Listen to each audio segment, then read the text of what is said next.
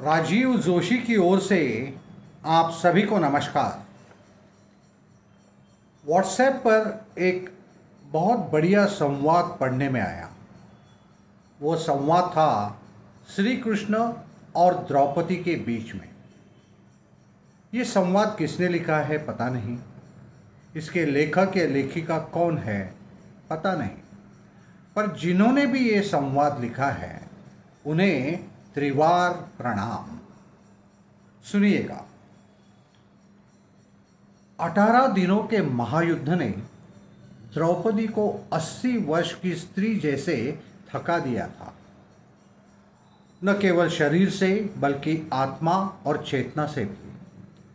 चारों ओर विधवाओं की भीड़ थी, पुरुष गिने चुने दिखाई देते थे, अनाथ बच्चे दिशाहीन भटक रहे थे, और उन सबके बीच हस्तिनापुर के राजमहल में महारानी द्रौपदी निचेष्ट बैठी शून्य को निहार रही थी। तभी श्री कृष्ण कक्ष में प्रवेश करते हैं।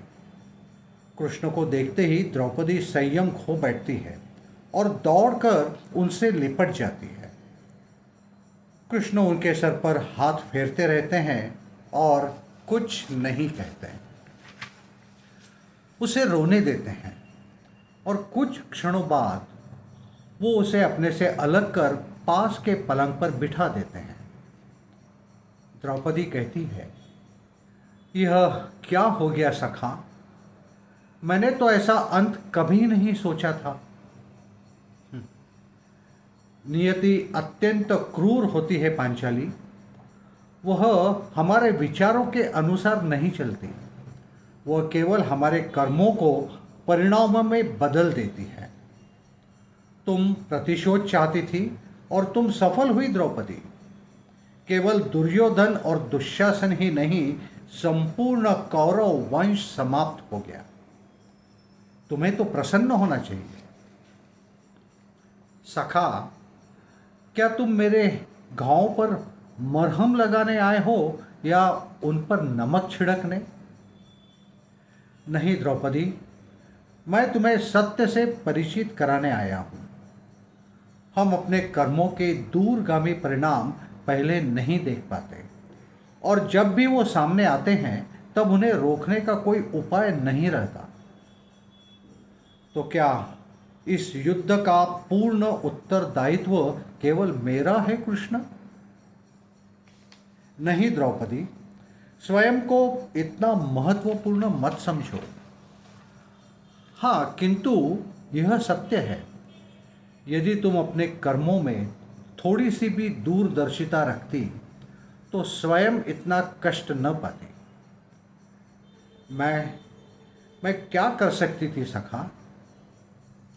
तुम बहुत कुछ कर सकती थी।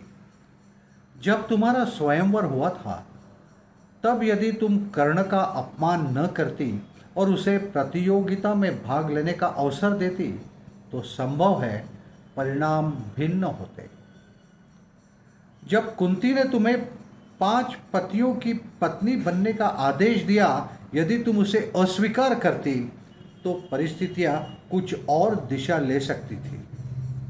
और फिर अपने महल में दुर्योधन से ये कहना कि अंधों के पुत्र अंधे होते हैं, यदि यह वाक्य न कहा गया होता तो चीरहरण की वह विभीषिका संभवतः घटित न होती। कृष्ण क्षण भर रुके और उसके बाद फिर से कहने लगे, द्रौपदी, हमारे शब्द भी हमारे कर्म होते हैं, और हर शब्द को बोलने से पहले उसे तौलना अनिवार्य है, क्योंकि शब्दों के दुष्परिणाम केवल बोलने वाले को ही नहीं, पूरे परिवेश को दुख और विनाश में झोंक देते हैं।